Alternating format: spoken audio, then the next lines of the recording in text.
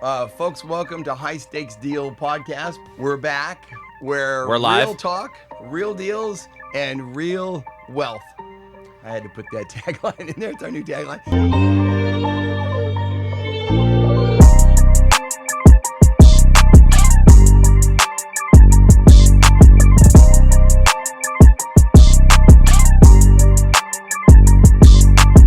Anyways, extraordinary guest today, Justin Sadler. Justin, thank you for coming. My pleasure. Long time in the making, by the way. Long time in the making. Yeah, I feel like we already did a pre-podcast at that party. We basically did. we It did. was like a mini pre. It was a good first run. Yeah, I knew something was amazing with Jimmy. Well, anybody's amazing. You have an amazing story. I'm just surprised that Justin, after bullshitting us at the party, decided to come on. You know, Yeah. he was like leaving the party going, man, I don't know about these two guys. Yeah, but it was. But I held the faith. You held the faith, yeah. It was a great conversation, and you just have an amazing story. So Thank you. I think we should get right into it. And I'd like to say a few things about Justin. Justin's a filmmaker, actor, drummer, speaker, founder of 3 Cube Studios. I know more and more. Faced cancer head on. And Got a book coming out? Survivor. But you created a mindset, a philosophy, and I thought it was very impressive. Embrace, love, free, and 3-step approach. I think you're writing a book about it too. Book's written, yeah. Oh, the book's written. Yeah. Wow. Well, thank you for coming. Yeah. What a resume, by the way. Yeah. Thank you. Well, I Yeah. mean, and you guys are like my hype guy. I got to bring you everywhere. Yeah. Anytime you need us to do it. Hey, I'll any new room I I'll walk dress it into, up. I'm Yeah. just going to stand there and look cool, and I'm going to let you guys do the talking. Yeah. Yeah, I'll talk all Exactly. about you, Justin. Yeah. So what was your first parlay into the entertainment business? Was it TV? Was it film? What got you into that? Yeah. God, there's a big story. Loaded there, question but there. Yeah. I know. I mean, I'll try to cover some ground and be brief at the same time. College, Indiana University. Nice. I was a drummer in high school and wanted to be a rock star drummer, and Yeah. that was my kind of dream. But Next Tommy Lee or something? yeah, well, I don't know, maybe not Tommy Lee. But I've met him before. Actually, Tommy Lee sent me a pretty cool video when I was going through cancer. He Really? Well, a friend of mine was doing a golf tournament with him, and he gave me a little thumbs up. Very and, nice. Keep it up kind of thing. I still have the video, so that was cool. I don't know if you remember or not. We had done a show together in Las Vegas, grand opening for the Starlight Tattoo at the Mandalay Bay, and the band I was in and played the gig, and he was DJing the after party. So, Wow. yeah, cool dude. But back to the question you asked. Went to college with sort of no other goals, and found myself into television production and theater, and I just started getting good at in-studio TV directing. Okay. And I was doing audio classes where I was going out in the field recording on actual tape using a razor and some tape to actually cut it together. I was terrible at that, but I was really strong in the room directing 3 cameras and working with the actors and stuff. And a few months out of college, after I graduated, I got hired to be a director-producer at a local cable company in the suburbs of Chicago, where I Wow. was from. And I spent a couple years creating and producing local content. I had access to the studio at all times, so I started creating my own shows, bringing bands in, doing talk shows, and Wow. just kind of doing stuff. And I started getting good. I was editing, old tapes. It was the Sony 3/4 inch. I mean, this is old school stuff. No digital. It was all linear stuff. But I did really cool things for what I had. Next thing I know, I'm getting offered a job to move out to the Palm Springs Coachella Valley market. I lived in Palm Desert there. The ABC affiliate company that owned it had just bought the Fox and Telemundo affiliate. So all 3 of those stations were now under one roof, and they produced all their local commercials for the whole Coachella Valley in that creative services department. So I got brought on to write and direct commercials for those stations. What year was that when you started out there? That was 99. 99? Yeah, so I got out there. I was like, this So is 99 like was there, but which year was it when you actually first started? Like you're bottom of the 90. rung, you're just getting going. 97. Oh, wow. So 97. within So 2 years, within you're out 2 there. years, I was moving to the West Coast Man. and taking that step. Just because you were up all night making your own shows, they were like, who the hell is this Justin guy? We got to get him out to I California. was doing cool stuff, and they brought me in, and within a short amount of time, I kind of rose the ranks there and was the most requested commercial director at the station. And I put a couple years in, did some really cool spots, some that even aired outside of the valley there. But after 2 years, I kind of burned out a little bit. I needed something else. Different. And By the way, you think that's a trait of people that kind of obsess with their work? It sounds like you're kind of like when you go into work, you like go all in. And I've heard that before with other high performers. Is that It's also you have to high fight off that- attention deficit disorder, but There you go. There you go. You get really Yeah. focused. But when you're in the creative space and you're doing stuff that you love and you're making things, you can get really, really locked in.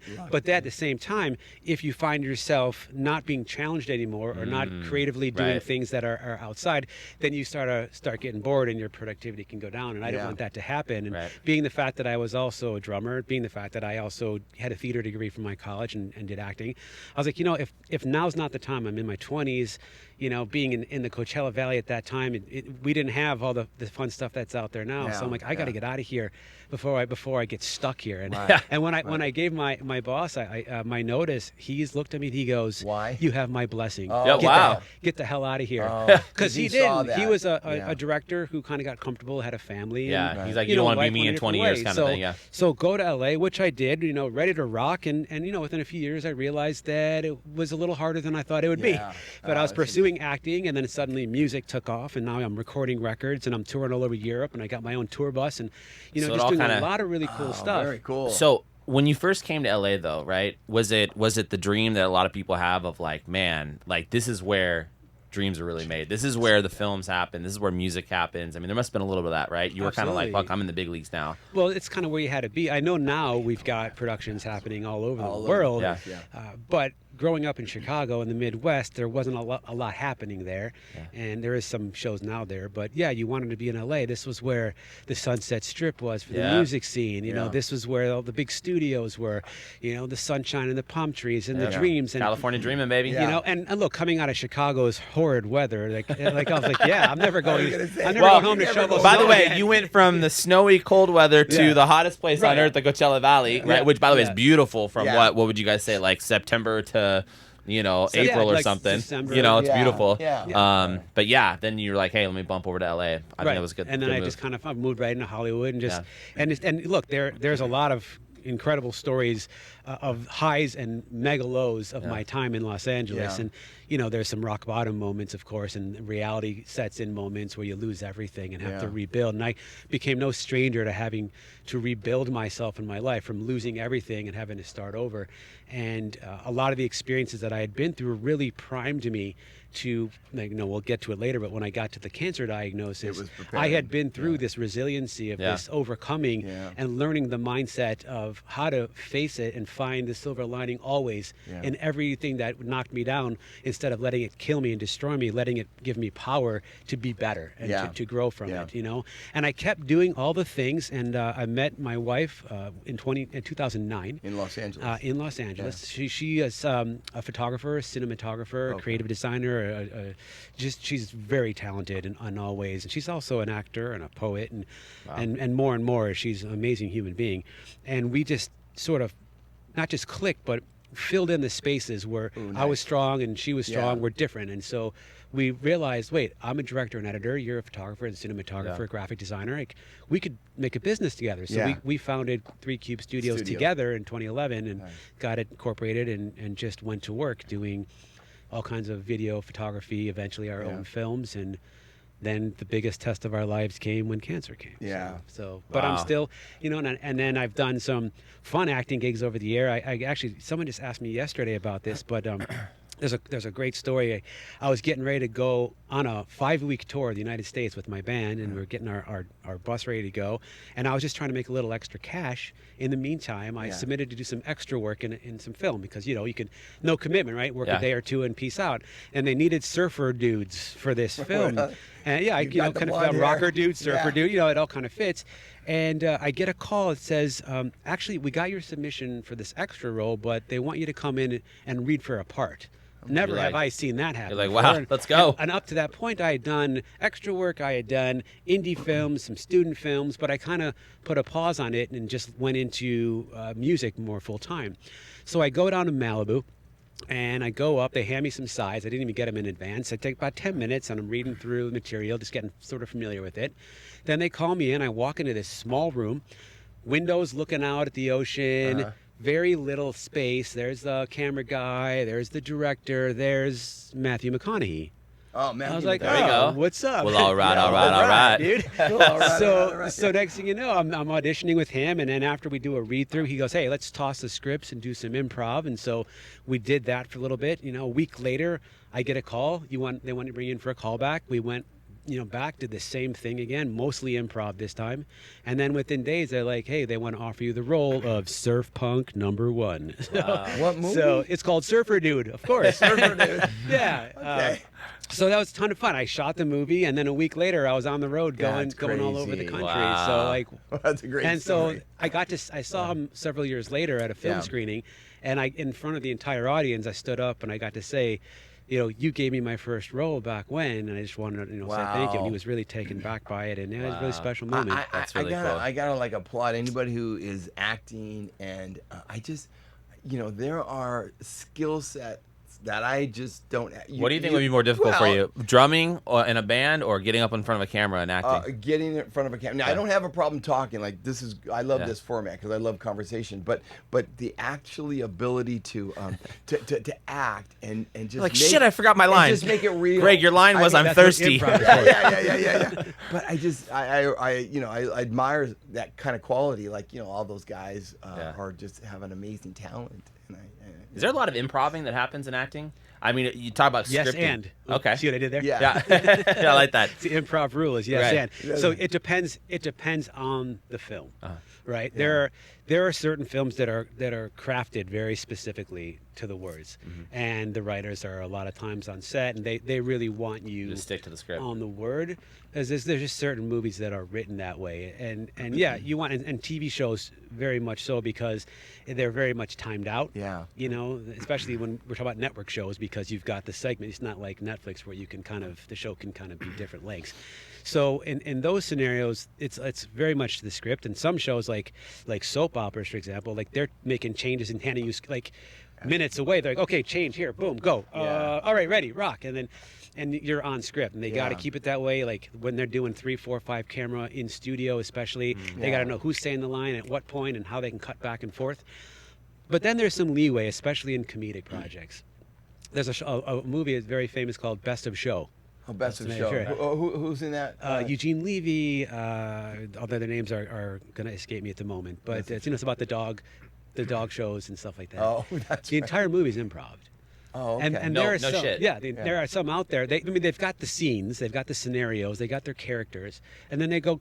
And Go. when you bring in some really present, conscious actors, in Surfer Dude we did some improv on the day as well. We had a script, but we threw it away and just kind of riffed a little bit. So in comedic films, you'll see it a lot. Anything with Will Ferrell in it, you're going to see a lot Jim of improv. Carrey. Yeah, Come these on. guys It's all are improv. masters at it. Yeah. And a great director, and we'll say, okay, here's our script, and we're going to stick with the sort of, here's the roadmap. Yeah. But when an actor's really dialed in and their character is really present and they're in that moment, they're going to come up with stuff. They're going to come up with magic on the fly. That's better than anything. Funny you could side have note, written. I heard that the famous line from Dumb and Dumber, when he walks out of the liquor store and or the gas station, he goes, "Big gulps, huh? Well, see you later." Right? Like one of the most famous lines, and that was totally improv. And when I heard that, I was like, it totally makes sense now. It's like the funniest line. I don't know why, It's but just the it makes sense delivery. what you're saying, know? Because they're in that moment. They're in the mindset, Exactly. And even in those dramatic films where they're really scripted, sometimes a moment just happens. Yeah.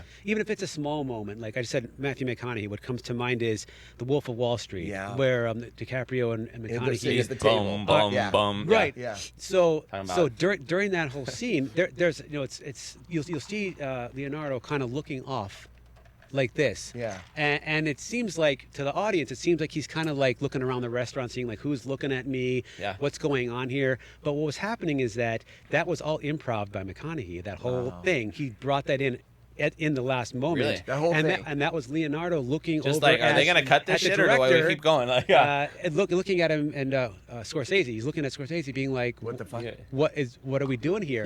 And then he's like, "Go with it." Oh, wow. But that whole scenario, that whole thing was improv. Wow. And the reaction was looking at. So like that moment could have never really been on script, right? So right. just letting scenes sort of materialize and manifest as they do can create Hey, magic moments.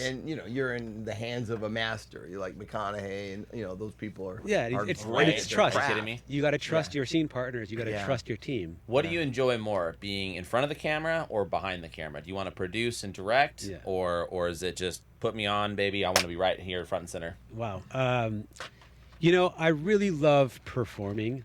I love being on stage, to be honest with you. Like, You camera's do? cool, but take after take after take sometimes, and you're like, you don't have the audience. And I love playing drums to a live audience. There is no bigger high in the world than rocking out and watching everyone dancing and just going. And I like to connect with people while I'm playing and make that moment. I love doing... like, I have a one-man show that I created in 2019 where it's like a live play, and just that, hitting those beats and making a joke and hearing the audience laugh and just letting it simmer, or speaking. I love, obviously, public speaking because I can really touch people's lives in real time, and I can look into them, and I can really affect and impact people right then and there. I would also say, Justin, that you're a really effective speaker. Like, I watched your TED Talk, on Embrace Love Free, and it was just fascinating. You speak well. Yeah, when we met you at the Blair Thompson's, Word's getting out. Next year, everyone's gonna be lined up. Come on, let me into this party. But like, you have an affect that is, it's like comes before you. It's like very positive. I would agree with that. You're very smart, but you seem just like a really good guy, and I think that's one of your good qualities. Thanks, hype man. Yeah, right. Here we go. But I'm being sincere. It's like you have a very good speaking tone, and I think you are very effective as a speaker. And by the way, you bring up a really good point. So I think the audience could get some value from this. A lot of people, it might be one of the most, the things that people have the biggest fear of. Let's say is public speaking. Yeah.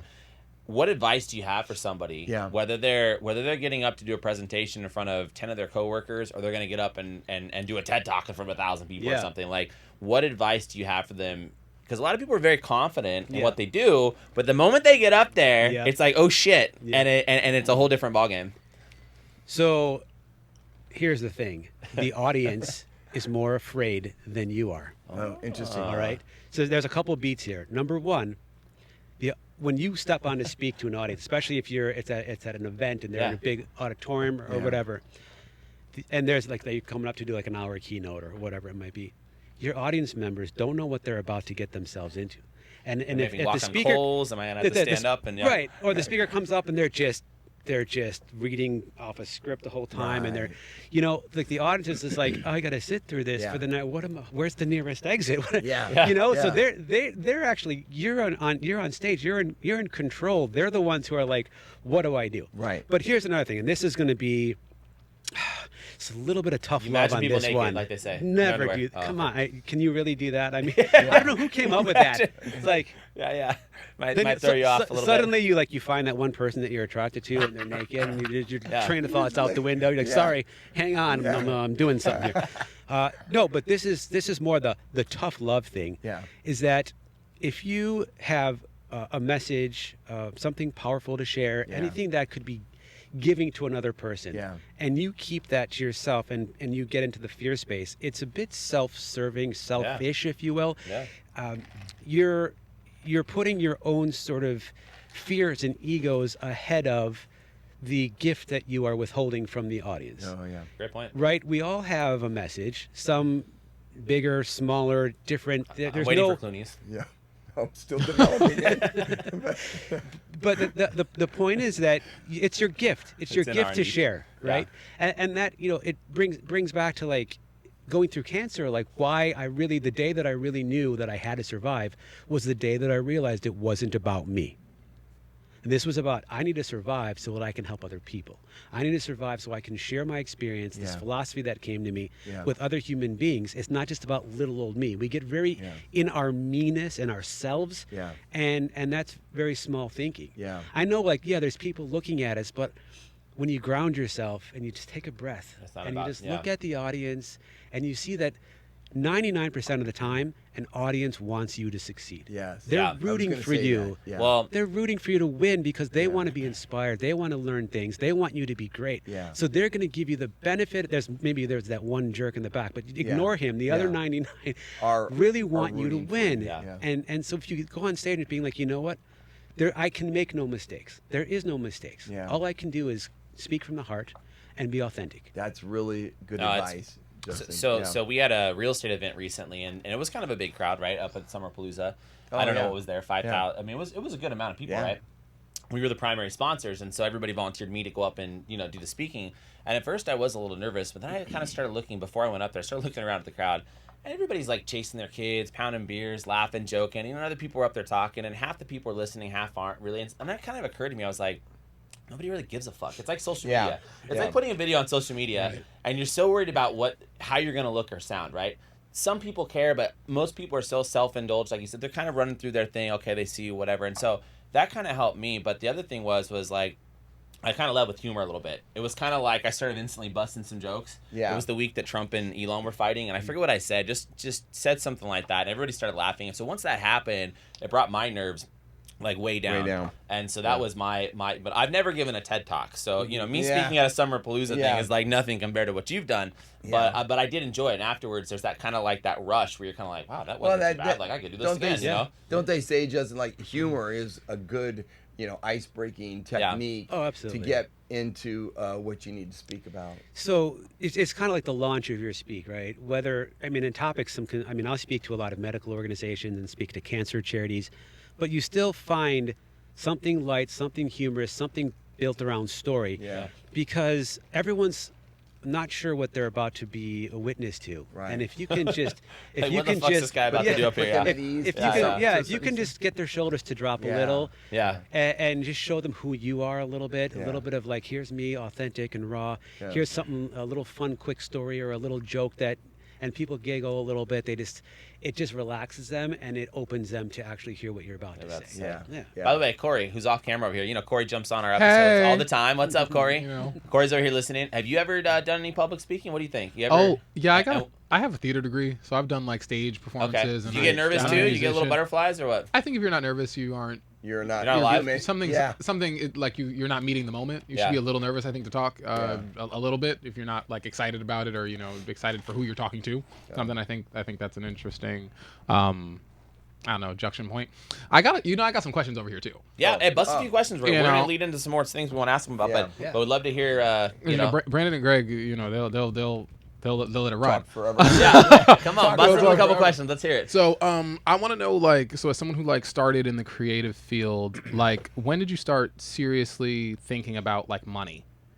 How your retirement, or how am I going to buy a house, or how did you, when did this? Where did it all come together? When did it come together? Because at some point you have to. As a creative, you're like, okay, I'm doing the creative thing. I'm having fun. I'm doing start making some money. At some point, I have to make some money. I have to retire one day. Right. Oh boy. Right. Yeah. When did that happen? Man, like a week ago. Yeah. I'm really serious conversation with my wife. Yeah. I let my contributing to that Roth IRA. That was funny. It's there's a lot to sort of pick apart in this topic. So number one, as a creative, and what a lot of us creatives do early on, and which I stopped doing, my wife and I both had this conversation, is we love what we do so much that we're willing to do it for free type scenarios. I'll play drums. I just love to play. I love to act. I'll be in your movie. I'll do your thing. And when you're building your resume, getting tape, getting stuff, it's fine. You need stuff.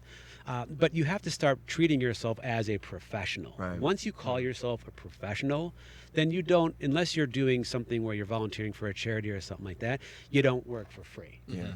You might be doing a lower budget project. I mean, big A-list stars do low budget films and will take a low day rate because they love the work and it's there. But you don't just give away your time and talent. Now, when I worked out of college, I had a couple years at the cable company, then a couple years at the TV station. I was making a salary. It wasn't incredible, but I had no debt. Everything was fine. And then when I moved to LA, my mind was like, I'm gonna hit it, and I'm gonna start making money hand over fist. And then I realized that instead I was losing money faster. And then and I just was kind of like, well, I'm young and whatever. I'm flying by the seat. I'm in LA, make a little money, spend a little money. Oh, credit cards they gave me. I got good credit, good debt. I could use. I started investing in myself. Realizing, I'll make this money. And my mind was there again. I wasn't really thinking the long term.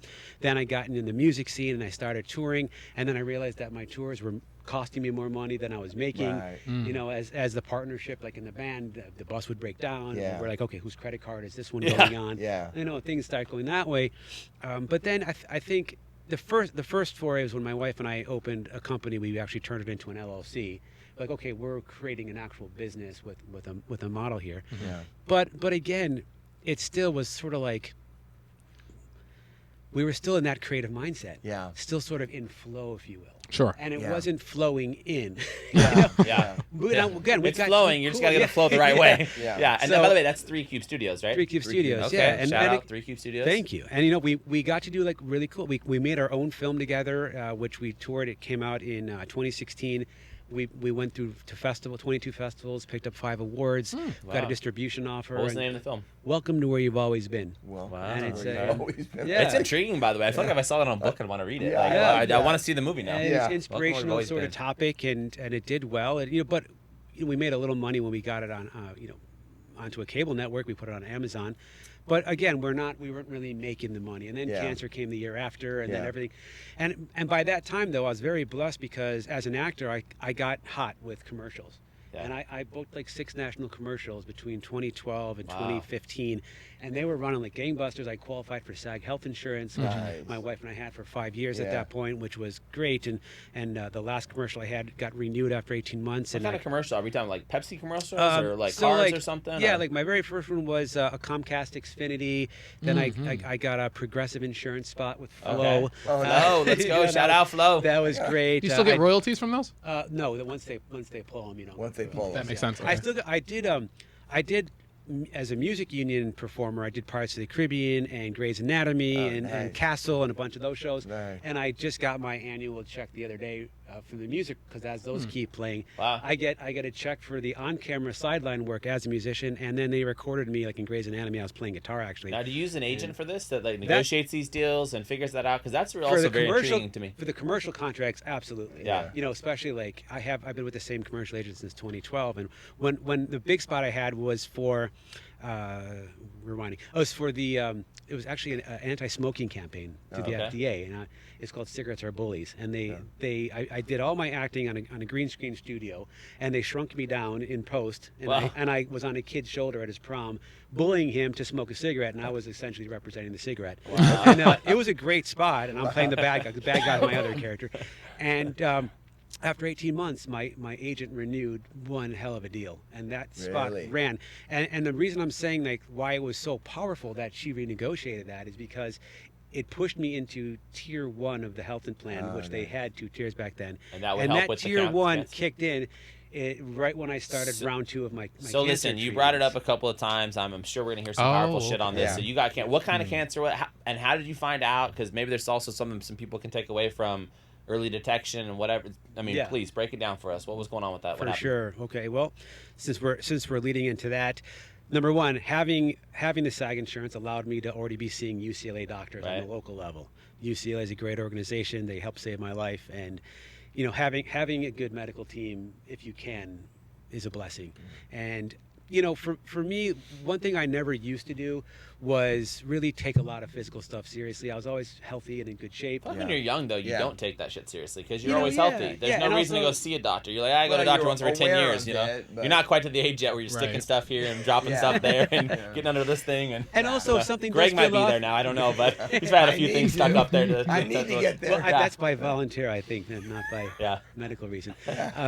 But you know, we tend to like if something does feel off, we don't really want to address it. Yeah. Yeah. It's like I don't have time for this. You That's know? men. But I was yeah, gonna say I read keep something going. that was about like more men will a do man that thing. too, and that's why they have kind of a later detection. Oh, yeah. date, because they're kind of Yeah. more likely. And I like, can "Ah, tell you, this as you get older, this lump's nothing. I'm gonna wait. Whereas Yeah. women 2.5 are more years like- later. It's Yeah, like, yeah. it's- I should have addressed that lump. You Right. deny Yeah. it tonight as you get older. Yeah. So what was the symptom that you had that So you're like, you fuck, know, I better get in? a really weird symptom that we're not even still sure if it was contributing to it, but I started having little like Charlie horse spasms in my chest, especially when I would bend forward and I would get a spasm. Wow. You know, and after a while I'm like, yeah, this is annoying, and I went and saw a doctor, and they're like, you know, this feels like a myofascia. You know, we need to do a little physical therapy. Like, and I saw another doctor. I'm going to give you some steroid anti-inflammatory. It's Yeah. all muscular based, Yeah. But no. but it never really stopped. Yeah. Then it got a little worse. And I saw another doctor, and she was like, you know what, I'm gonna order up maybe a CT scan, see if insurance approves it, but maybe we'll take a look further. But then things kind of slowed down a little bit. It eased back. Yeah. Fast forward about 2 months after that, we're now in April of 2017. One Saturday morning, I wake up and I'm feeling like ill.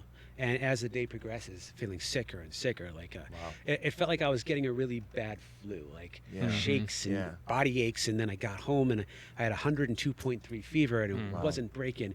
By the next day, I started having trouble breathing, and I was like, God, it feels like someone's kneeling on my chest while I'm trying to breathe out, and it just won't go away. And this continued for like 3 solid days. Wow. It's like, all right, something's up. This was over the weekend. By Tuesday, I was like, it kind of subsided. I think I'm okay. And due to the gentle, not so gentle actually, encouragement of both my mother and my wife. Can I swear on this podcast? Sure. Justin, oh, yes. Justin, get the fucking CT scan. Let's go. All right, fine. And they got me in the next day. There was a facility right down the street. I'm like, all right, I'll just go do the scan just to appease the women in my life. Yeah. And we got a big shoot coming up that Thursday night, things to do, etc. So long story longer, I get the scan. The next day, we're loading up our gear. We're going to do this annual shoot that we did, a big event, Teacher of the Year Awards. It's a big 3-hour event in Woodland Hills, and we're driving there. I get a phone call from the doctor's office. Yeah. They're like, hey, I'm calling from the doctor's office. She wants you to come in and see her tomorrow. Oh, shit. I was like, Yeah. okay, why? You're like, can you just tell me over the phone? What's Is this good or bad? What's going on? They're Yeah. like, we can't actually disclose anything about your results over the phone. Right. We're just going to need you to come in and see us tomorrow. And I'm pressing her now. God. Now, Yeah. picture this. We've pulled up to the hotel. You're already at the My event. wife runs inside to start getting set up and getting some shots of Wait, the event. Which day is this? Of the week? This is Thursday. on Thursday evening. Oh, Thursday you're saying. Okay, and you're not going to go until Monday or something? No, it's the next day, Friday. Oh, okay, okay. At least it's that. Okay, but it's not, still. But it's not till it's like a 6 o'clock appointment, end of day appointment, like whatever the last appointment of the day You're was. like, fuck, for 24 And I'm hours. like, well, can you give me any information? Yeah. And she finally gave in a little, and she says, well, it looks like there's already a referral being put in for a cardiothoracic surgeon. And I'm like, what is that? Like, oh, it's a surgeon that specializes in abnormalities and things that occur in your chest area. I was like, wow. And then she's like, but that's all I can say. Anyway, come in tomorrow. I'll be here at 5:30 or fuck. 6 or whatever, and we'll see you then. Wow. And I'm sitting there on the phone, and we're with the Encino Chamber of Commerce. That we were members for a long time, and they host this event. And there are members that I know walking in and trying to say hi to me, and Everything I'm on the just slow phone. down. It's like, well, wah, wah, wah, Yeah, wah, I was wah, like, yeah. and then I get off the phone. I'm like, I got to go to work.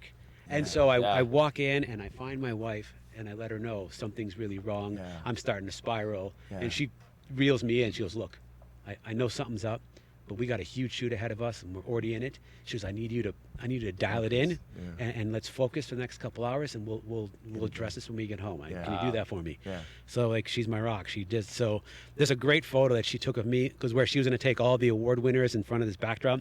There's a photo of me that I show in my one-man show because I'm like, I was anything but, and you can see on my face, Really? having just gotten this news, I'm just like, Wow. trying to pose for this Yeah. picture. And then they sit me down at the table where we're sitting. It's all of either the politicians of California and the Valley or their number twos that come in on behalf of them. And I'm at a table with them, trying to make conversation Oh, wow. about It's things. like, and all I can think about is what's going on. Right. waiting Yeah. to go see the doctor. So Wow. That must have been the longest 24 hours of your life. dude, it was yes. And then we finally go in to see her, and she Yeah. comes in and she Yeah. goes, "Look, kid, my doctor, she was great. Yeah. How old were you? 42. Okay. She says, "Look, we found a mass inside of your chest. We can't really tell what's going on just from the CT, but what I can see is that it's actually pushing into your heart.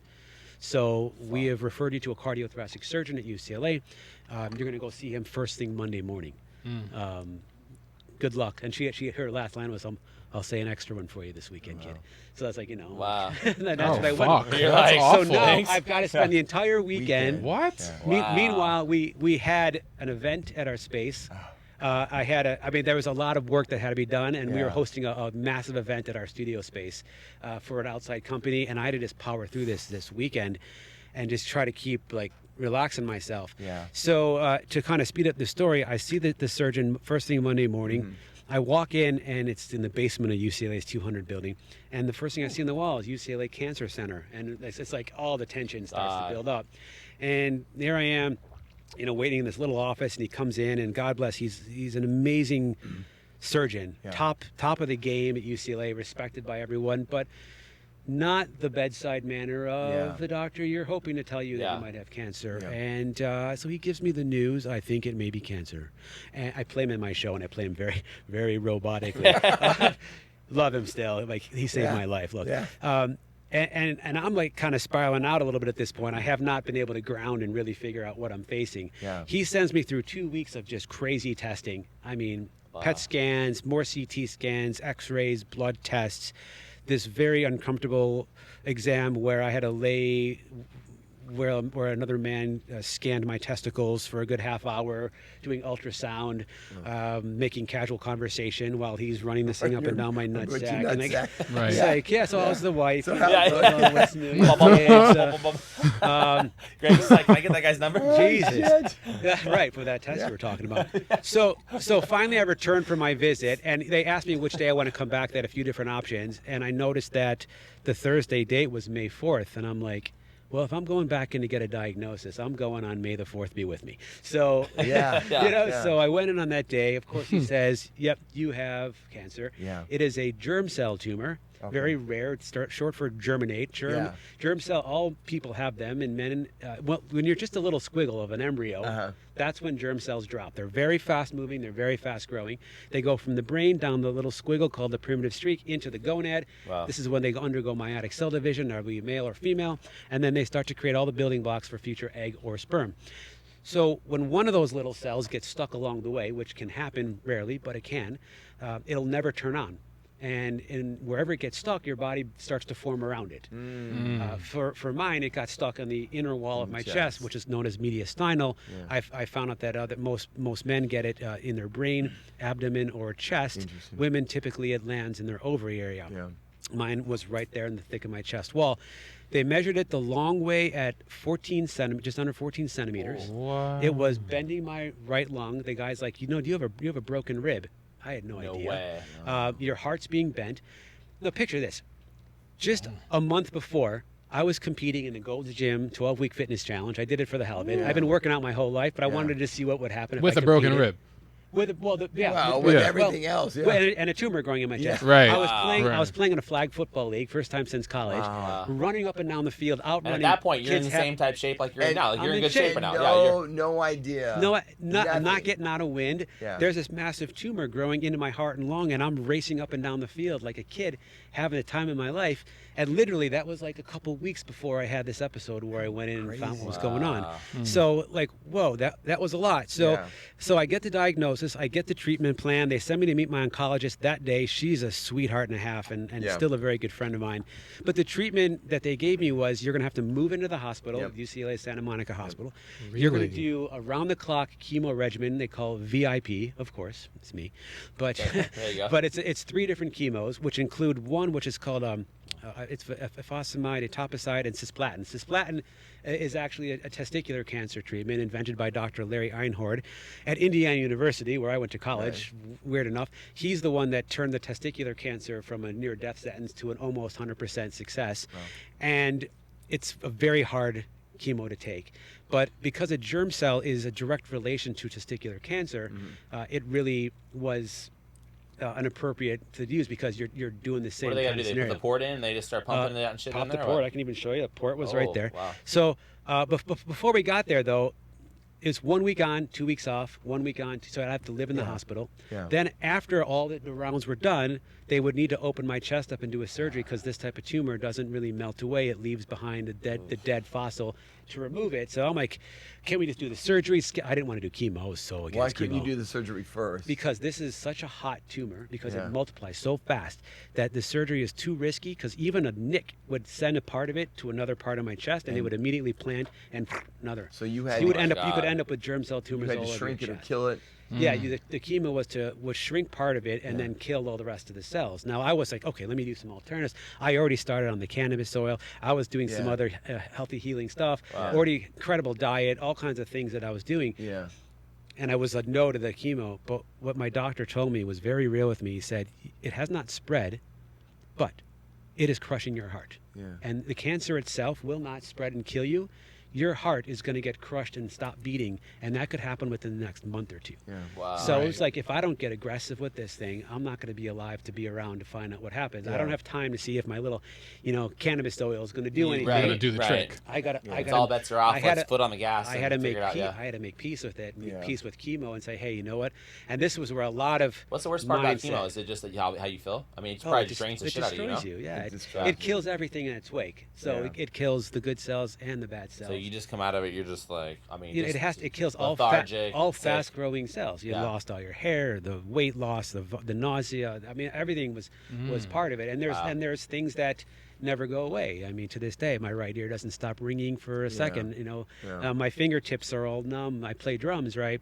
I had to scale back the kind of playing I was doing because I just lost some of the dexterity. I can still rock, but I have to We scale may it take back you a up on little. that. By the way, before Yeah. the show's Drums over, stay back we might have a little B-roll here. We're gonna put Justin on the back Yeah. of these motherfuckers, and we're gonna let him But play. Justin, because I listened to your TED Talk, Yeah. when did the philosophy, Yeah. this mind shift that I just find fascinating, when Yeah. did that come into play? Yeah. I guess. So, as I said a little earlier, the things I had gone through previously in life, which always kind of like getting knocked down and then sort of finding that silver lining, Yeah. and then seeing the proof in the pudding of like, hey, this happened to me, but if I do this, this, and this, whoa, I overcame and I got better and I inspired somebody, etc. Those experiences had already been in my life, and I had positive results through this sort of resiliency experiences that I had gone. And we all know human gets this far without having to deal with Some adversity. yeah. challenges and and challenges, and yeah. if they're at all different levels, but we all have them. The question is, what do we do? Yeah.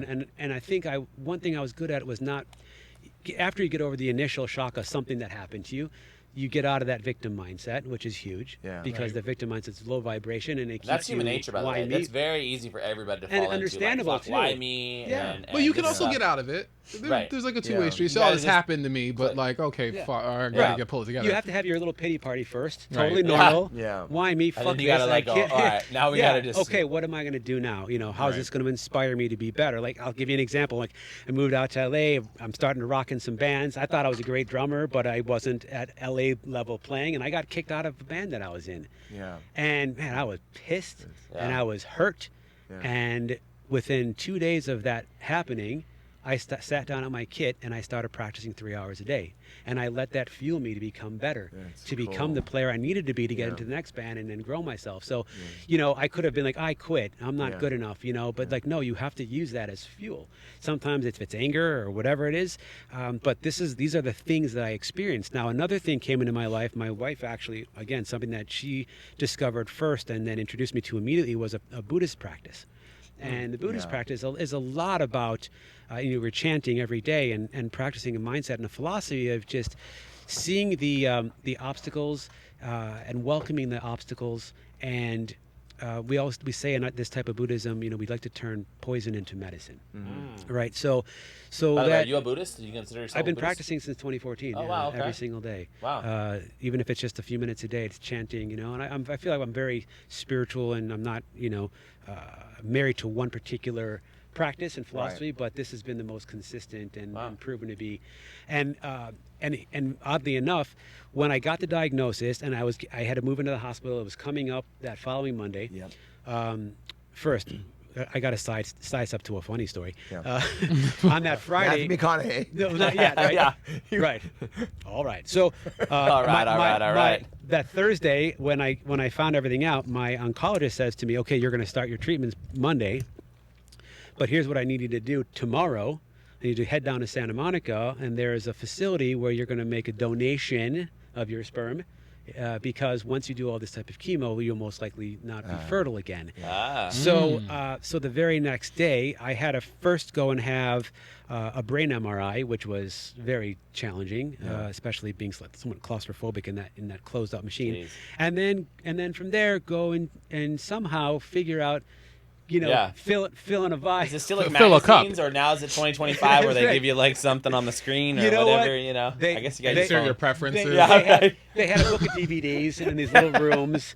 But fortunately, my Greg's wife, gonna need that my number wife too. Was there with me. Interesting. My wife was there with me, so Okay, they let her good. come back in the back room with me. Oh, did they? Okay. But I filled 14 vials, and Wow. Oh, well, that's, Are you serious? well, I mean, I filled one big cup, and they created 14 vials of viable. oh, okay. Damn, the chemo didn't really slow you down that much, then, huh? So, yeah, You were so- busy, Justin. So they're Yeah, on ice. So there's some they're on, pent-up demand they're there. on ice.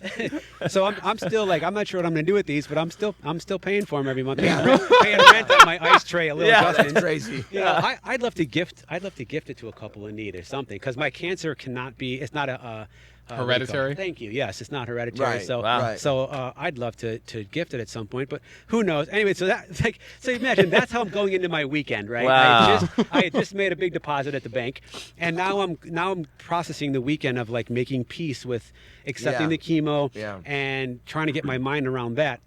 So the Buddhist group organization, we have districts, right? Smaller districts. And the area I'm in, we've got our practicing district, about 20 some odd members. And one of the leaders in the group had organized a whole chanting set. They call it a tozo. So basically where everyone just gets together just to chant.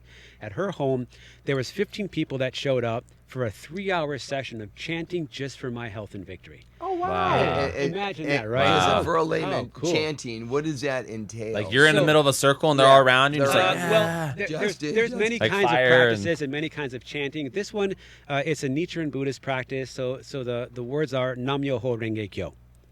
All right, and you repeat Nam Myoho Renge Kyo, Nam Myoho Renge Kyo, Nam Myoho Renge Kyo. You're just repeating it over and just over again, repeating that. and you're getting into a rhythm and power, and you start to feel your whole body starts getting hot, and your mind starts to process. You start Wow. really feeling really connected, Interesting. and the words really they're like Sanskrit. So Nam like in Namaste, like I devote, right? Yeah. Myoho is the mystic law, right? The universal law, the law of attraction. Wow. The Renge is the lotus flower. It both, it's the flower that's sort of seeds and my brain is freezing right now. It seeds and whatever. It does the duality.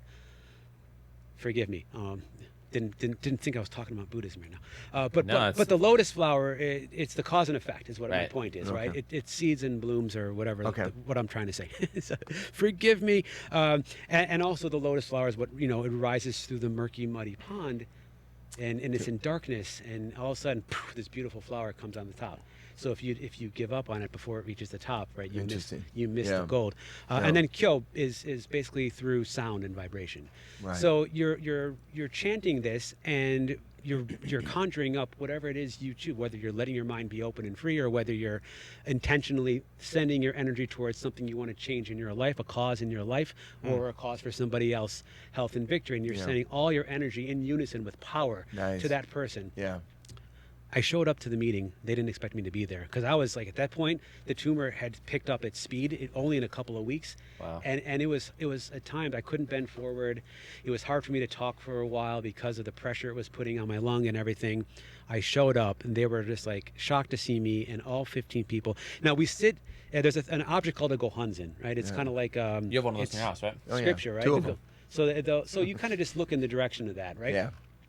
It's not. You're not really praying to anything. It's just sort of meant to be like a mirror of yourself I and your see. soul. Reflect, It just gives you something to sort of focus your energy. Now, I it's not really how they teach you, but I like to close my eyes too and just get lost in it. I like to go outside. I chant to the stars and to the moon and to the nature and to the trees. Brandon's been known to do Anything that you a can couple of find, times. when you find something that has power and beauty, and you can just look at it and just take in. You can you can just let it rock and roll. Yeah. So they let me sit in the front of the room, and I'm sitting there and I'm chanting for a little bit, and it's hard for me to really be vocal, but I hear all the voices sort of behind me just really going, and I start feeling the power of it, and I'm dropping in, and I just feel like everything I'm facing, the diagnosis, the pending treatment that's supposed to start in a day, plus the philosophy of the practice and all the people, and I'm sitting there and my eyes closed, and as I'm just sitting there and I just drop into this deep meditative state, I feel like the connection to source just became really strong. And suddenly in this moment, the words embrace cancer, love cancer, free cancer started to like materialize. It just started to come to me. And I didn't really like understand like right away what it all meant, but it was like I grabbed them. Yeah. And I was like, something with the practice, with this moment, with this energy, like there's a gift being downloaded here. Yeah. And I didn't forget it. And I felt after this event, and I said goodbye to everybody, I felt so light. And I felt this glimmer of hope, like there's something here. And within a day or so, I started to really marinate it on those words, especially the embrace to start. And I quickly realized right before moving to the hospital that I need to embrace that I have cancer, and I need to embrace this treatment plan. Because otherwise, we can tend to be in denial. Yeah. I don't have cancer. Yeah. I don't want. We push things away very easily, or kind of too tough for it, whatever.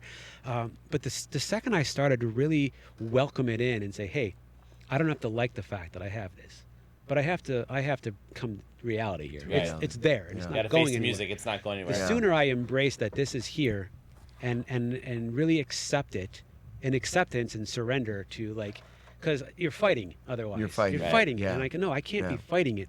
And I'm really, I'm like, I look like a rocker, and I'm really a hippie. Like, I'm kind of the best of both worlds, and it really, that sort of peace and love has always been high on my list, and just sort of dropping into that. Those vibrations and a lighter, loving vibration, I Yeah. realized that this was essential Wow. to me moving into this, that I'm not going to be a victim to this. I'm going to welcome this, Yeah. and I'm going to start looking right away. I'm going to remember all the stuff that I've been through, and I'm going Yeah. to remember right now that I'm going to start looking for the silver lining from day one. Interesting. And then I also Yeah.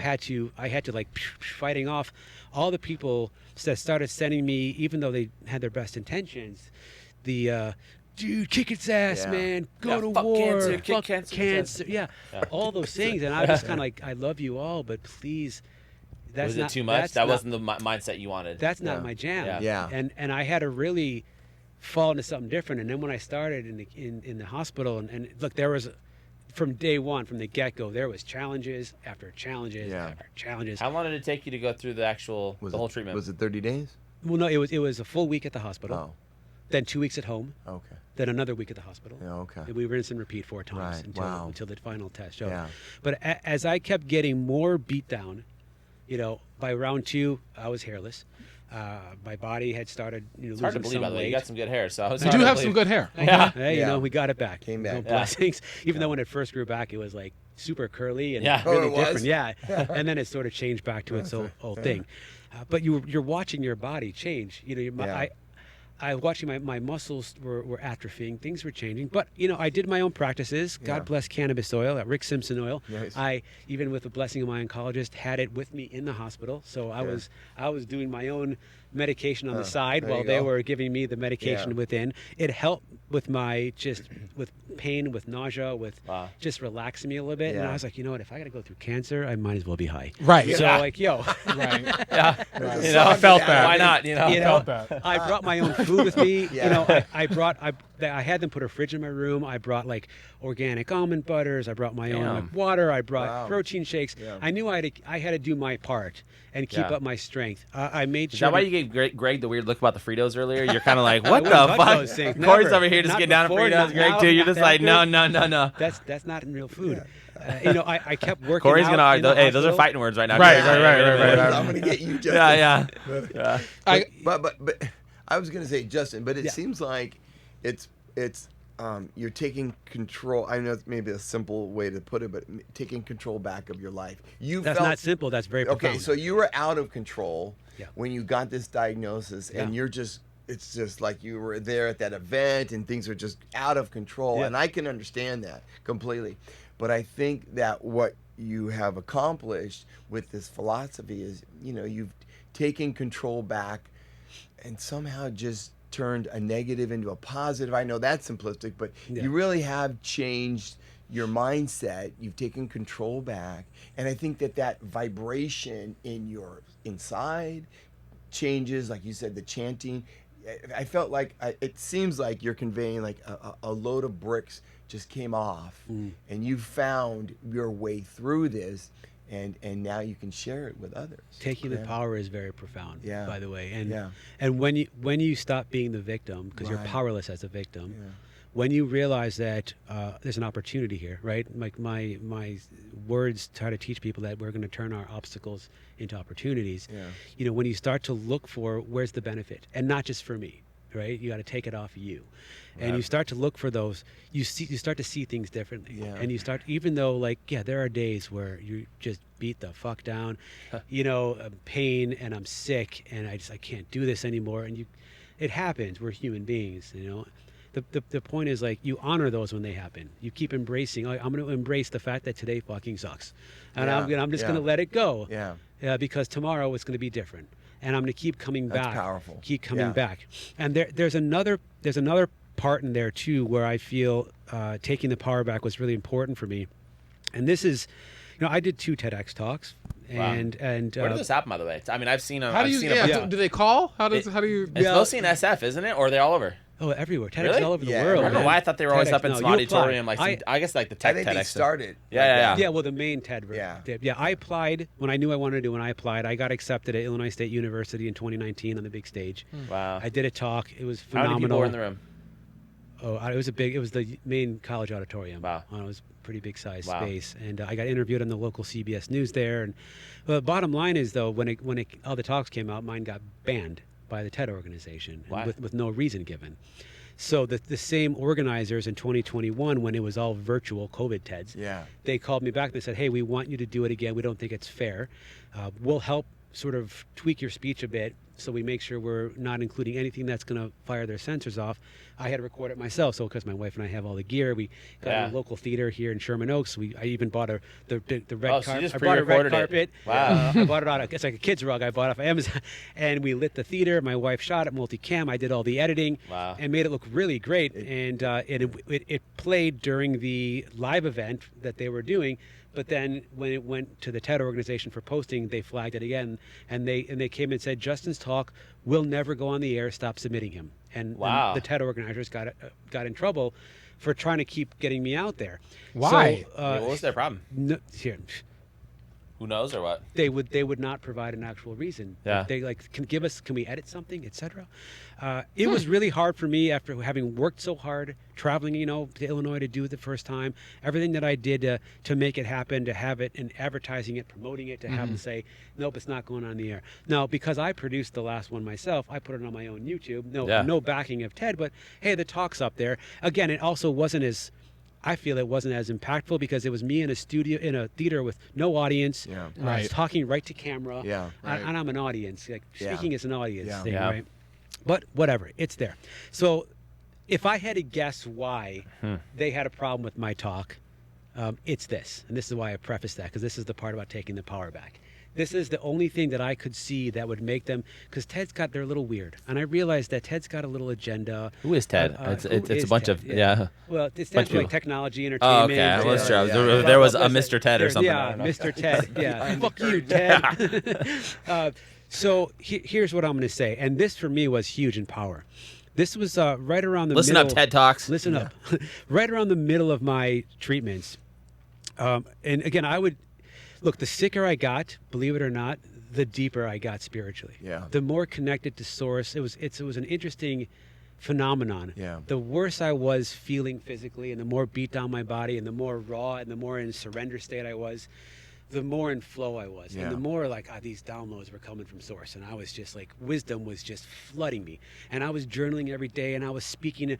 I did, my wife and I did live videos that we did on Facebook and YouTube. I did almost 100 videos during my cancer journey, where I would just turn the camera on live and just riff. And just go. And it was even on sometimes the most painful, horrid days, I would just, this is what's going on, guys. I'm shaking. I'm going through whatever. Yeah. Or if there's profound thoughts that came, and I would just riff. There was a time where I had 3 nurses and a couple care partners all sitting in my hospital room with all weeping with tears as I was like pontificating to the room. Like this was just, it was just flowing through me, and I was just sharing inspiration. I'm like, I don't know where, like they wanted to sit and listen. They had the time, and it was like, this connection was amazing. So the one thing that came to me was around why this happened, right? Sure, there's the technical scientific version is there was a misplaced germ cell. And it happened. It was nothing I could have done. I didn't, wasn't from smoking or glyphosate or any one of these chemicals that can cause so many cancers. Wasn't from Fritos. Right, wasn't from Fritos. As far as we know. You never know. Right, you never know. That's why I got to stop early on those. Kick the Fritos. Even the chili cheese ones? I feel like those would be healthier. What, the ones with the red number 5 and the yellow number 6 exactly. and whatever. Oh, poison. The flaming hot ones, yeah. God, I'm gonna get sued by Frito Yeah, Lay now. maybe. Yeah. So here's where it came in, and this thought flooded me very strongly. growing up, and this is I feel a lot of men, you guys are men. Yeah. You can confirm if you're deny. we if this believe also so. is something you experience. Sausage party. Right? Emotions, especially in I think in the eras that we grew up in, things a little today have shifted a bit. Yeah. But it was a very don't show your emotions in school, or you're gonna get your ass kicked. Yeah. No crying. Yeah. You're gonna get no. your ass kicked. I'm playing sports I'm playing football in high school. I had no business. I was too small, but I still loved the game. And the coach is yelling, Sandler, you run like a girl, just toxic shit. That's normal, but that was normal. Yeah, making you feel like probably still is on the football field, but yeah, definitely was normal for sure. A lot of that stuff, and so you learn to toughen up real quick, right? And a lot of those reasons. And I also had an experience when I was 13. Before I was 13, it kind of culminated when I turned 13. But my grandmother, I think I was about age 11, got ALS, right, Lou Gehrig's disease. Oh, yeah. And there was no medications or treatments back in the day for this. And I was a little kid, and I was old enough to understand what was going on, but not really old enough to process it. And I would see her tube in the throat. She couldn't do anything more than blink her eyes. And every time I'd see her, I'd feel like crying, and I hated feeling sad. And then at school, it was showing up there, and the bullies were rampant. Yeah. And I just started stuffing my feelings. And every time a tear would start, I started getting really good at sucking it back in. Yeah. Then I watched my father, who also had his own line of shit, but he said to me, and I know he didn't mean bad by it, but he said crying is for wimps, right? Because I think that's how he was raised back in the day. Yeah. And when his mother was going through this, he wouldn't let himself experience emotion either. So my father, the figure in my life, was being very stoic and being very closed down and not showing emotion. And I became a master at holding emotions at bay and stuffing my feelings. And I feel like I completely closed my heart center down, emotionally speaking.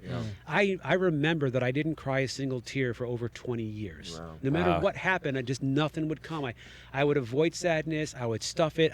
Became an expert to where I felt like there was a dead zone. Now, what I learned, I had to do a lot of work to start cracking me open again. But what I learned is that when you shut down that emotion of sadness, for example, you're not just shutting down that. You're shutting down your experience for all emotions. If you can picture emotional experiences like a circle, like a bubble like this, right?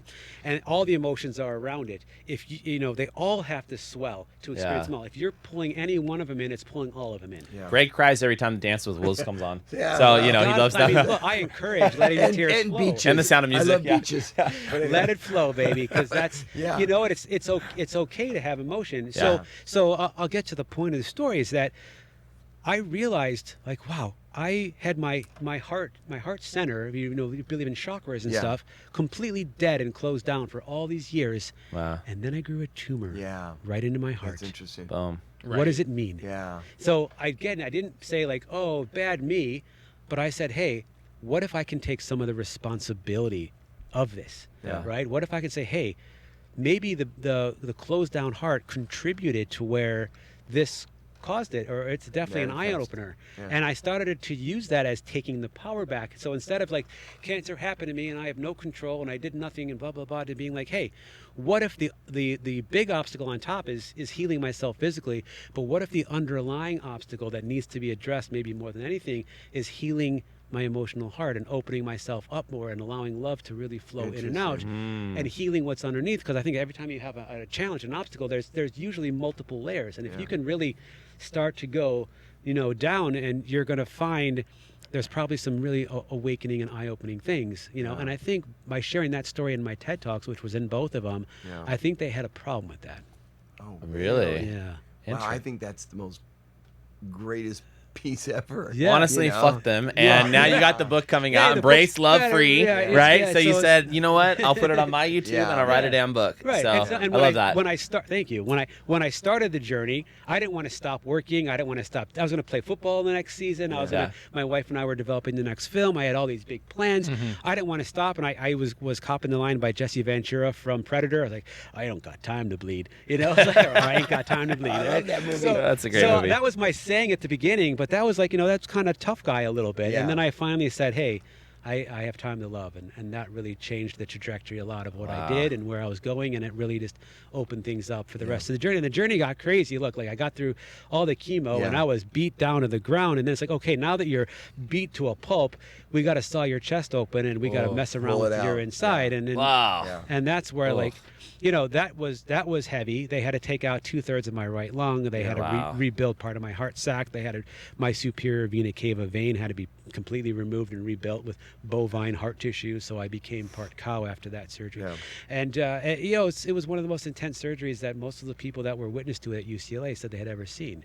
And so I thought I was done at that point, but then fast forward 3 months, I had developed a complication. It turns out that my heart and my left lung fused together after that surgery, and I developed a cardiac tamponade, which was you're basically just like at that point you're like, man, I can't get a fucking break. Yeah, you know, like I'm trying to have positive mindset here, and all of a sudden it's like bump. Oh yeah, Justin, you got to come back in real quick. Yeah, we have another problem. They brought me in.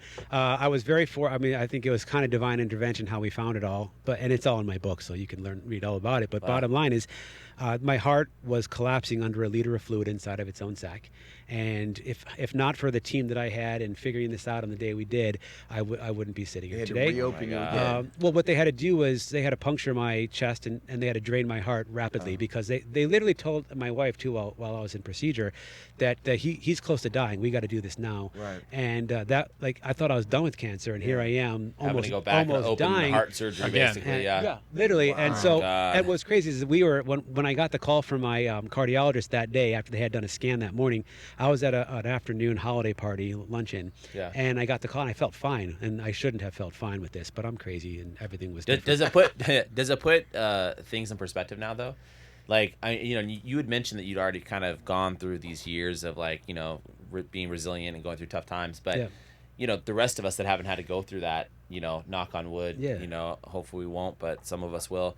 But like, we complain about the stupidest shit. Oh, the weather's bad today. Like my car didn't start. Like, man, I feel like a little sick, or I couldn't find the pants I like, or whatever. Like, I couldn't find the red and black pants. You found the pants. Yeah, I see. I found the ones I love. God, yeah, exactly. Yeah, but I mean, does it put things in perspective? Like to where it's like, dude, yes, it kind of minimizes the other shit that like really we shouldn't be complaining about. Yes, and Yeah. I still complain about the little shit. You It still happens. complain, Okay. yeah. Because we're still But you- humans. Yeah. And we still have to deal with bullshit. And Yeah. sometimes, sometimes when you're dealing with the really big stuff, it's easier than the day-to-day, like, just, you Right. spilled some something on the floor. You're Yeah. like, God damn it. And like, all of a sudden it's like the end of the world. And then you're like, but then you got, excuse me, you got to keep reminding yourself, like, okay, wait, hold on. Yeah. Yeah. And it's our attitude on how we see things. So in the big picture, yes. Has it changed me? Yes, absolutely. Do I still have my moments? Absolutely. Because I'm still a human, and all humans have our flaws, and it just is what it is. But yeah, at the end of the day, it lets you sort of see things from a different perspective. Right. But Justin, this is something you can use, a technique that you can remind yourself and use in all kinds of different aspects of life. Embrace love, free. And the free part is you've now, let this go. Right. And you're moving on. But you can use it. I mean, I think you're trying to say, let's put this out, and you can use this technique. And yeah, thank you. And my goal is to say, okay, you don't have to go through cancer or something major, life threatening, because you can apply the philosophy to any basic thing, right? So I've been wanting to ask, like, how has the three at the top of my mind are like, how has cancer and recovering from cancer changed how you think about success? Like now, in a financial space, in a musician space, like in a creative question, space. How does like post 2019, 2020? How do you feel about That's that? true. success can be measured a lot of different ways, right? Financial success is a way we tend to do it quite a bit, but that's one aspect, Of right? course. Because money is just money, but it's needed, right? Right. So our impact on the world, the way we continue to evolve and grow as a person, the meaning we put into our lives, the offering we provide for others, all very important. And at the same time, I do like making money. Yeah. Right. And I am, I'm working in multiple areas. Like, believe it or not, I have a credit card processing business. I don't talk about it a lot, All right. but I've been running this for many years, and I keep that going.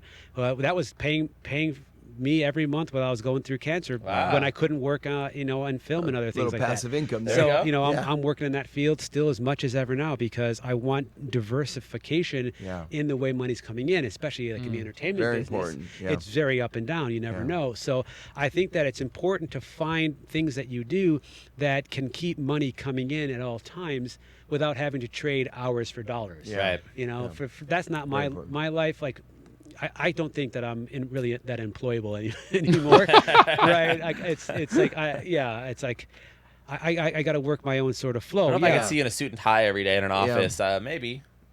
Yeah. You know? No, that's But not it's- really my vibe. But at the Yeah. same time, I want to keep creating wealth and opportunity and having an impact. So the idea is, as an artist, as a creative, as somebody who wants to have impact on the world and inspire people, we have to take our mindset off of, well, if I do this for money, then it's not authentic and I'm not doing it for the right reasons. be And I both, think right? that's bullshit. Yeah. If I offer my time to a charity, then that's fine. But I want my book to sell. Yeah. Yeah. I Right. want people to Yeah. read it and have their lives changed, but I want that book to rock the residuals. Yeah. I want to get on stages and share my story around the world, whether it's corporate, whether it's medical industry or whatever, and I want to be paid very handsomely for my time because Yeah. I think I'm bringing a massive value. Value. Yeah. Right? Good for So you. that's the mindset of, like I said earlier in our talk about, as artists, it blends over Yeah. into someone who wants to be inspirational It's a and very help people. positive Like, outlet. oh, is Yeah. there, can I make money and help people? Well, yeah, absolutely, because otherwise you're not helping yourself. Right. And what happens is if you're in this state of giving only and you're not in the state of receiving, there is no flow, there is no equanimity or Yeah. balance Right. there. So what happens is you're going to deplete the shit out of yourself Yeah. and not replenish. It's like, how can I keep writing more books and speaking on more stages and doing all the things I'm doing to keep helping if I'm not also financially, earning money for what I do? That's going to allow me to keep doing it. Yeah. I don't want to have to work a day job. Yeah. Something I used to do when I was just an actor and musician, so that I can afford to Driving- inspire the yeah, world. driving Yeah. Uber Yeah. or Grubhub or Yeah. some shit. Yeah. Right, because it's a rough gig to do to a hustle Yeah. like that. Yeah. So I think it's really important to do that, to diversify, to invest your money, to get out there and take the money you're bringing in Yeah. and get into funds and get into other types of investments. Yeah. And, The and you guys are real diversification. estate Well, I was gonna guys, say, so I think like, that's why Greg and I are so passionate about multifamily and rentals is because, we've seen so many of our own investors and just other people in general that do this.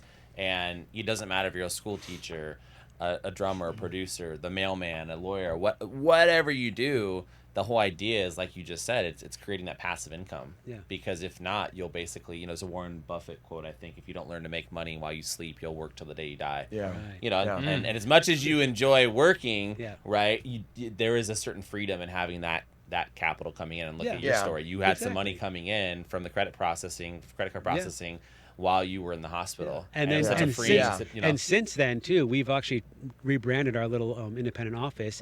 We call it Chip In now. Okay. So what we do, chip in, like we chip in on every transaction. okay. So now every client that I bring on board, we donate 10% of our monthly income. Oh, wow. Directly to a various charity, the charity that each client can choose one of our charities, okay. and so we're donating to charity every month out of our. So like there's, Wow. Good so yeah, karma. I am Good giving karma. back. What's the name? Right? What's the name of this company? Yeah. It's called Chip In. Chip Yeah. In. Okay, so it just says Chip In. So Yeah. it's not. You have 3 Cube Studios. That's something Yeah. so That's separate. separate, yeah. No, So but this is if Chip If In. you reach out to me, if you have a business, Right. I work with high risk and regular and everything. If you have a business, I'll give you a better deal on your processing, and I'll donate 10% to your favorite charity. There you Okay. go. Just send me a message. Chip in. Which, by the way, I think that's a good segue to jump into. So where Yeah. can people find you online? I know we've got it up Yeah. here on the screen, but why don't you just go ahead and drop it? So where can Yeah, Instagram, what your website? Absolutely. So my 2 websites are justinsandler.com, 3 Cubed Studio with the number 3.com, which is my company site with my wife and I. And within that company too, in speaking of like the giving back model, we've been a for hire business for a long time, or corporates and whatnot. Our goal is to transition more into our more inspirational documentaries. We're working on a film called Caregiving Cancer right now about the caregiver's plight. And again, to be able to shift our gear and do inspiring films like that. Again, Yeah. we need to make money with those things, Yeah. right? In order to keep making those things and not just be work for hire type people. course. So please, caregivingcancer.org is another site where you can actually see what we're doing and make a tax-free donation to the documentary. We've already started shooting. We're going to be getting a little more into it now this summer. And on my website, justinsandler.com, there's a little, you can add your name for my newsletter, which I rarely send them out. It's for big announcements only. So I'd love if you connect with me there.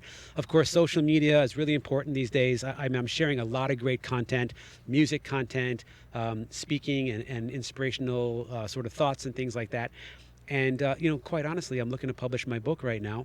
It's done. The draft's been edited and the proposal's written. And one thing you definitely need if you want to go traditional publisher is a following. They just want to see a lot of people. So I would love, if you find me on any of the socials, Facebook, Instagram, and LinkedIn at Justin Sadler. Yeah. At Justin Sadler, let's go. We'll plug them in the intro. Amazing. Yeah. If you're on TikTok and YouTube, it is /Justin J Sadler because that's my middle initial and the name was taken. But if you just put my name in, you'll find me. There's a lot of stuff out there. I'd love to stay in touch. One thing I will offer to anyone at home too is if you're going through it or someone you know is going through it, especially a cancer diagnosis of any kind, and you're really struggling and my content isn't helping enough, reach out to me. This has been something I've been doing for free ever since 2017. Wow. I've been getting on phone calls, doing emails, just giving people a little bit of coaching, a little bit of mindset, sharing a little philosophy, helping them reframe when they're really up against a challenge. Yeah. Sort of like I've just found that it's my honor and my gift and my opportunity to give back to people that are going through it. So if I can help you, I will. Sharing things online, like the little videos I've made. Even I made a little dumb jingle about doing chemo, and it found its way to a girl in Toronto whose younger sister was going through it. They reached out to me. We connected. Another video on Instagram reached out to a guy in India whose brother was going through the same kind of cancer as me, and he reached out like, "Hey, we need some help. We're in India. We don't have like the resources here." So I try to make myself as available as possible, working towards getting on more stages in the medical world too as a patient advocate, and just helping for the patient experience to be better. I joined the Patient Family Advisory Council at UCLA. I've been doing that since 2018 and helping out any way that I can. It's just an honor to do. Amazing. Well, it was an honor for us to have you on, man. I have to be honest. I mean, we do a lot of podcast guests that come on are real estate people, and we have some, we had a pro fighter last time, and so we have some different people that come on, but your story is very inspirational, and I hope the audience, I know they will get a lot from this. And thank you. It was really our pleasure and honor to have you on today. And I love talking about the stock market and real estate too. Well, I'm kind of we're gonna dive more into that next time. We wanted to go to the core. It's like cancer. It's like enough. Let's talk about buying some property. But I'll tell you what, you have to promise me one thing before you leave today. We want to fire up the drums before us. We're gonna get a little B-roll here. We're gonna have you bang on some drums here for a second. So anyway, you guys heard it here. That's a wrap. Another episode of the High Stakes Deals. Appreciate you guys tuning in. Bam.